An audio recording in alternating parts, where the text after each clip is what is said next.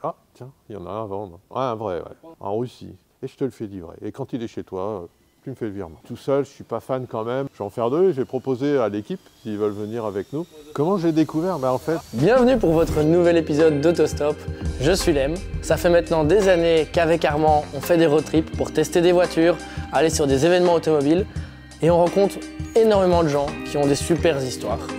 On s'est dit qu'il fallait faire quelque chose, partager tout ça. On a créé la série Autostop. C'est donc une histoire, une voiture, un métier de l'automobile qui correspond à une personne qu'on a rencontrée sur la route. J'espère que le concept va vous plaire et je vous souhaite un très bon épisode. Tchuss tout le monde.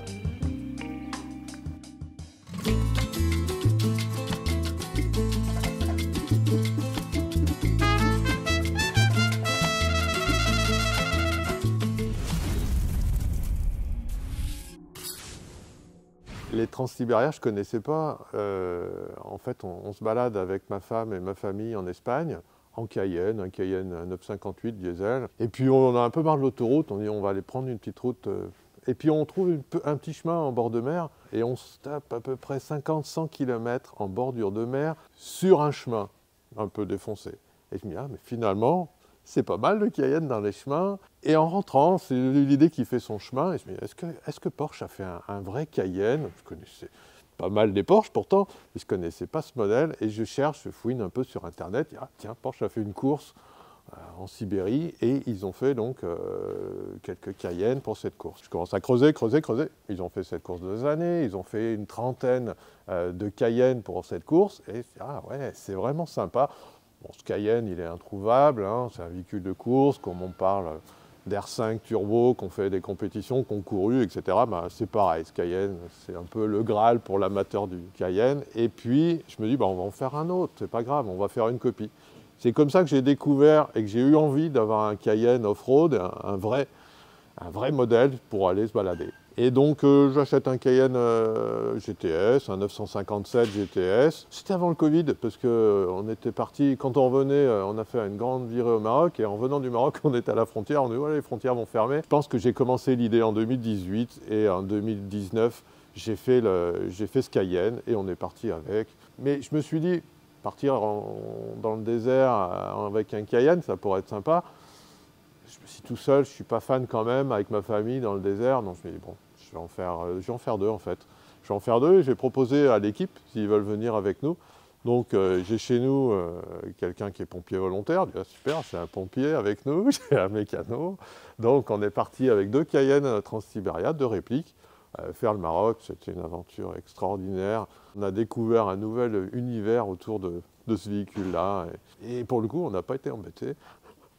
J'avais tourné juste un petit peu autour, mais pas énormément. C'était vraiment une grande première.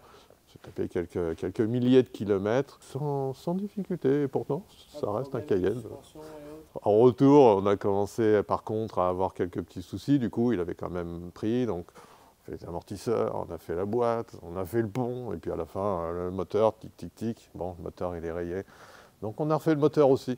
On a fini notre périple et en revenant, ben, on l'a de nouveau remis, non pas pour la déco et l'esthétique, on l'a remis pour faire vraiment la grosse mécanique pour que je puisse repartir sur des grandes aventures.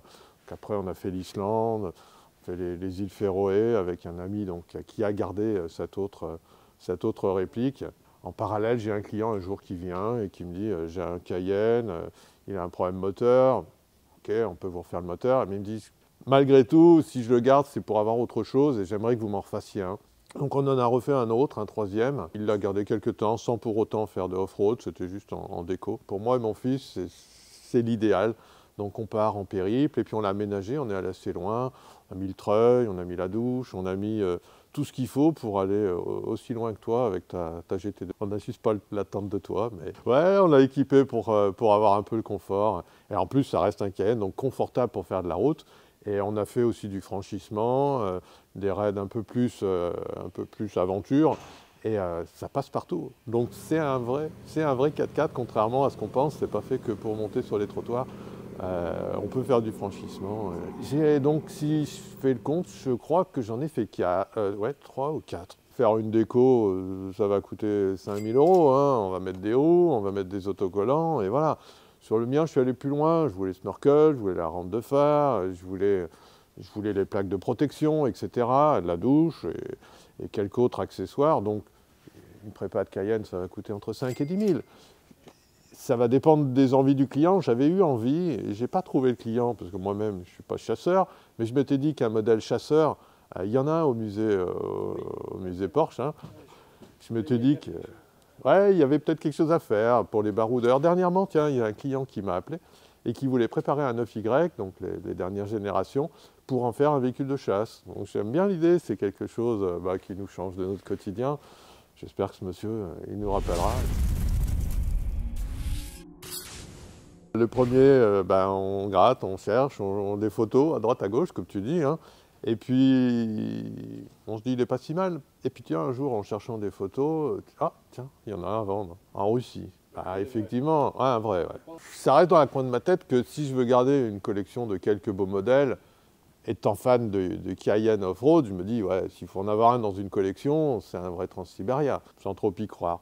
Et donc, en cherchant toujours pour améliorer ce Cayenne, des photos à droite à gauche, effectivement, j'en vois un en annonce en Russie. Pour l'histoire, hein, ces Transsiberia ont été commandés par des concessionnaires. Ils étaient mandatés par l'usine pour participer à la course. Et donc, chaque pays a engagé une ou des équipes. Beaucoup d'équipes venues de très loin, de toute la planète, ont laissé les Cayennes sur place à d'autres concessionnaires, etc.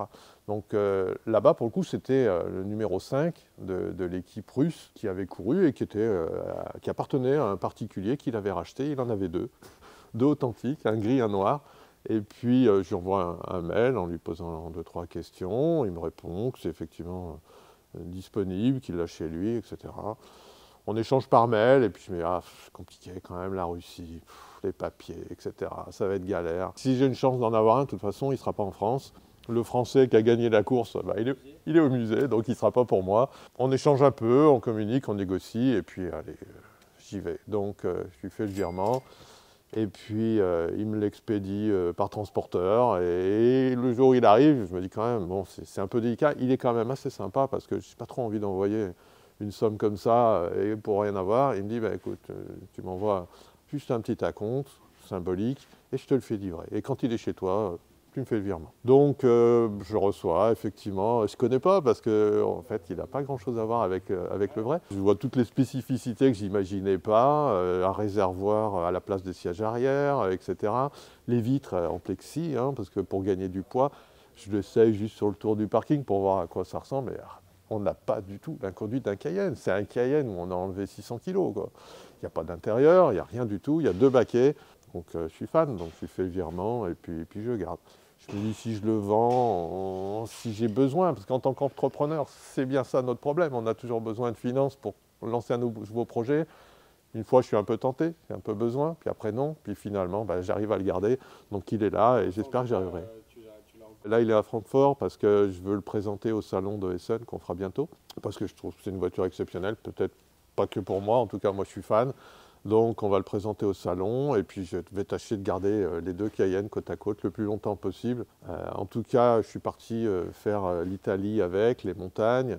Et avec le vrai, l'authentique, et mon fiston.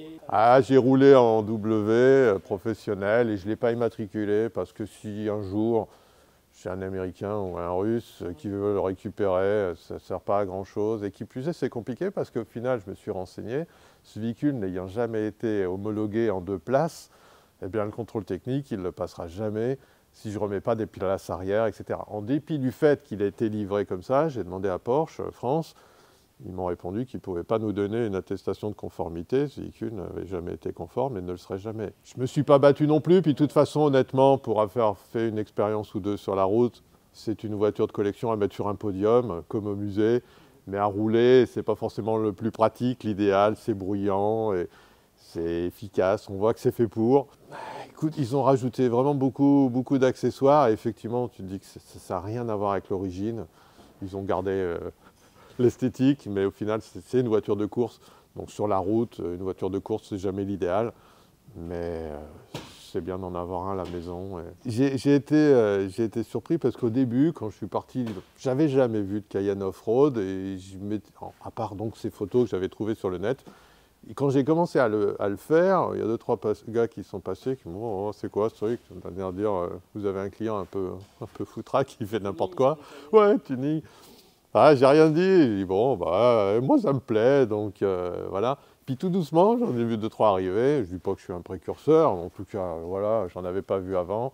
Et puis après, j'ai vu Porsche qui commençait à proposer des choses autour de ça. Je me suis dit, bon, finalement, je n'ai pas fait fausse route, hein, je ne dois pas être le seul intéressé par le sujet. Et j'ai vu apparaître effectivement pas mal. J'ai échangé avec pas mal de personnes autour, du coup, qui ont vu quelques vidéos et qui ont appelé en disant, tiens, effectivement, on a fait aussi notre Cayenne, etc. L'idée que j'aimerais, pourquoi pas proposer ici, c'est à quelques personnes tentées par l'idée, c'est qu'en 2026, on puisse arriver à faire un grand raid avec quelques youtubeurs, pourquoi pas toi, si tu veux nous accompagner avec le tien. L'idée, ce serait de partir au Maroc et de refaire un raid avec des youtubeurs de chaque pays, avec un Cayenne qu'on prépare ensemble ou pas. Moi, je suis fan, je suis volontaire, j'en ai un, voire deux, donc on lance un petit appel. Si des personnes veulent rebondir, j'aimerais qu'on fasse ça l'année prochaine. Voilà.